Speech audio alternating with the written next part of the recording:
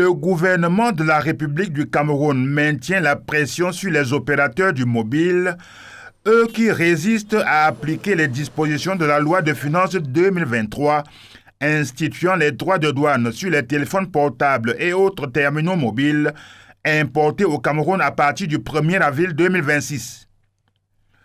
En date du 4 juin 2026, le ministre des Finances, tenu par l'engagement du chef de l'État Paul Biya, a renoncé à la pression fiscale pour actionner la politique d'élargissement de l'assiette à travers la recherche de nouvelles matières imposables, a adressé une correspondance de mise en demeure aux opérateurs du mobile établis au Cameroun.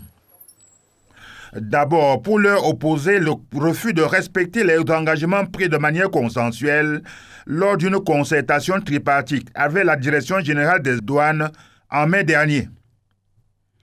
Lui, Paul Motazé, souligne fort opportunément le volume croissant des téléphones portables importés en contrebande avec incidence budgétaire, pour dire le moins.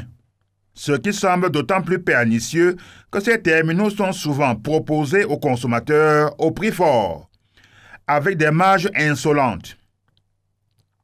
Le gouvernement promet de briser la résistance par le biais des sanctions financières et précise que le blocage ciblera les identifiants uniques des appareils et non les puces des abonnés tels que véhiculés maladroitement par la rumeur.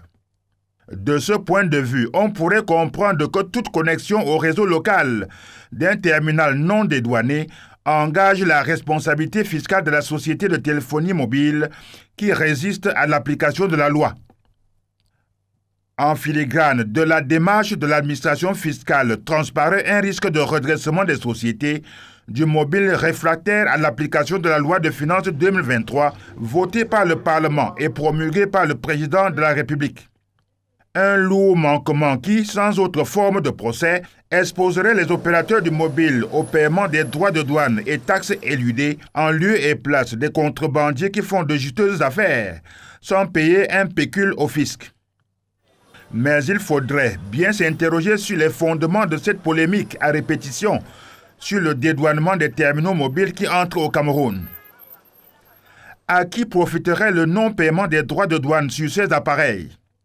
En tout cas, à tous les acteurs, sauf à l'État qui, en 2026, pourra perdre près de 25 milliards de francs CFA dans ses prévisions de recettes budgétaires si la résistance prend le dessus. On pourrait aussi regretter que des opérateurs économiques respectables trouvent le moyen d'évoluer en marge des lois et règlements du pays où ils sont implantés. Bien qu'ayant formellement arrondi les angles dans une séance de concertation avec les services des douanes pour les besoins de la cause. Toutes choses étant égales par ailleurs, l'institution des taxes sur les transactions mobiles dans la loi de finances du Cameroun en 2022 n'avait enregistré aucun bras de fer État-société de mobile. Sorti de gros muscles seulement aujourd'hui pourrait dissimuler des raisons plus calculées.